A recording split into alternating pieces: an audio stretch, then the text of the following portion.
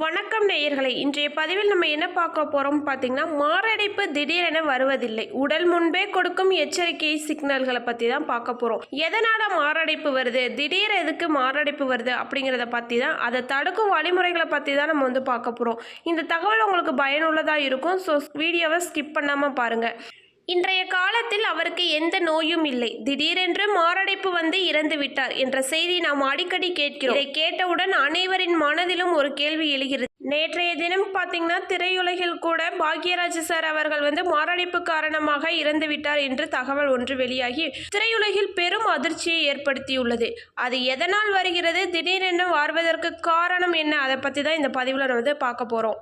மாரடைப்பு உண்மையிலே திடீரென வருகிறதா அப்படின்னு பார்த்தா பெரும்பாலான நேரங்களில் அது வருவதில்லை. மாரடைப்பு ஒரு நாளில் உருவாகும் நோய் அல்ல. பல வருடங்களாக நமது வாழ்க்கை முறை, உணவு பழக்கம், உடற்பயிற்சி இல்லாமை, புகைப்பிடித்தல், அதிக மன அழுத்தம் போன்ற காரணங்களால் இதயத்திற்கு செல்லும் இரத்த குழாய்களில் கொழுப்பு படிந்து ஒரு கட்டத்தில் அந்த இரத்த ஓட்டம் தடைப்படும் போதுதான் மாரடைப்பு வருகிறது. நம் இதயம் ஒரு நாளைக்கு சுமார் 1,00,000 முறை துடிக்கிறது. நம்மை உயிருடன் வைத்திருக்கும் இந்த அற்புதமான உறுப்புக்கு சரியான அளவு ஆக்சிஜன் கிடைக்க வேண்டும். அந்த இரத்த ஓட்டம் தடைப்பட்டால் இதய தசைகள் பாதிக்கப்படுகின்றன.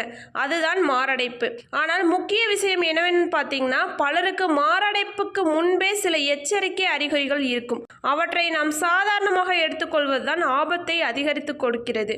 அப்படியானால் அந்த அறிகுறிகள் என்னன்னு தானே கேட்குறீங்க. முதல்ல பார்த்தீங்கன்னா, நெஞ்சில் அழுத்தம் அல்லது பாரம் இருப்பது போன்ற ஒரு உணர்வு ஏற்படும். நெஞ்சின் நடுப்பகுதியில் யாரோ கனமான கல்லை வைத்து அழுத்துவது போல தோன்றலாம்.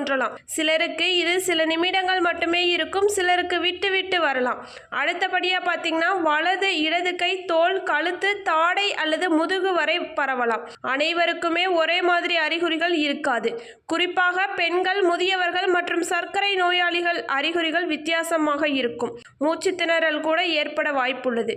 சிறிய வேலை செய்தாலே மூச்சு வாங்க முடியாத நிலை வரலாம். அதிக வியர்வை, வெயில் இல்லாமலேயே திடீரென்று குளிர்ந்த வியர்வை வரலாம். குமட்டல், வாந்தி, தலை சுற்றல் அல்லது மயக்கம் போன்றவை சிலருக்கு ஏற்படலாம். இன்னொரு முக்கியமான அறிகுறி என்னன்னு பார்த்தீங்கன்னா, முன்பு எளிதாக செய்த வேலைகளை கூட இப்பொழுது நம்மளால் செய்ய முடிவதில்லை.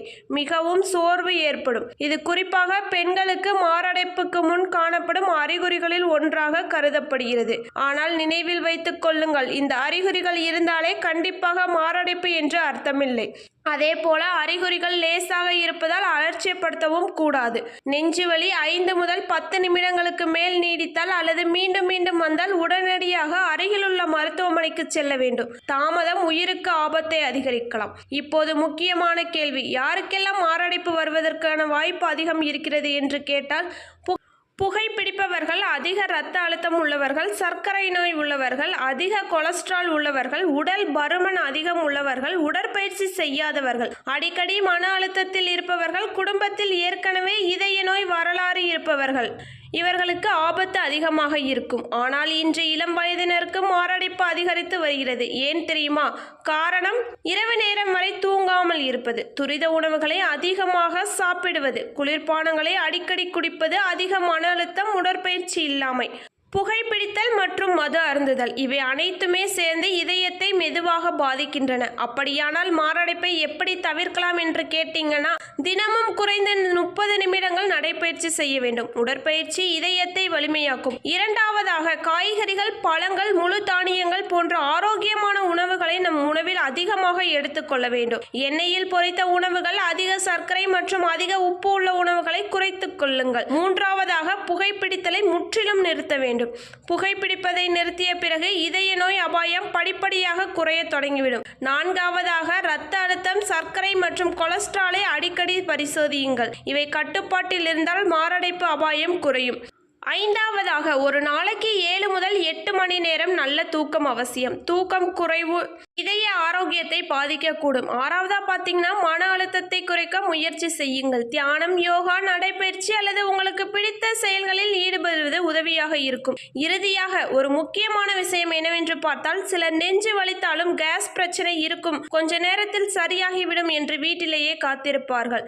அது மிகவும் ஆபத்தானதாக முடிய இருக்கும். நெஞ்சுவலி, மூச்சு திணறல், அதிக வியர்வை அல்லது மேற்கூறிய அறிகுறிகள் திடீரென்று ஏற்பட்டால் உடனடியாக மருத்துவ உதவியை நாடுங்கள். ஆரம்ப சிகிச்சை கிடைத்தால் பல உயிர்களை காப்பாற்ற முடியும். நினைவில் வைத்துக் கொள்ளுங்கள், மாரடைப்பு திடீரென்று வந்தது போல தோன்றலாம். ஆனால் பல நேரங்களில் உடல் முன்பே எச்சரிக்கை கொடுத்திருக்கும். அந்த எச்சரிக்கையை புரிந்து கொண்டு ஆரோக்கியமான வாழ்க்கை முறையை பின்பற்றினால் மாரடைப்பு ஏற்படும் அபாயத்தை கணிசமாக குறைத்துவிடும். இந்த தகவல் உங்களுக்கு பயனுள்ளதாக இருந்தால் உங்கள் குடும்பத்தினருடன் நண்பர்களுக்கும் பகிர்ந்து கொள்ளுங்கள். ஒருவேளை நீங்கள் பகிரும் இந்த ஒரு தகவல் ஒருவரின் உயிரை கூட காப்பாற்றலாம். ஓகே கைஸ், இந்த வீடியோக்கு ஒரு லைக் பண்ணிட்டு நம்ம சேனலை மறக்காம சப்ஸ்கிரைப் பண்ணிக்கோங்க. தேங்க்யூ.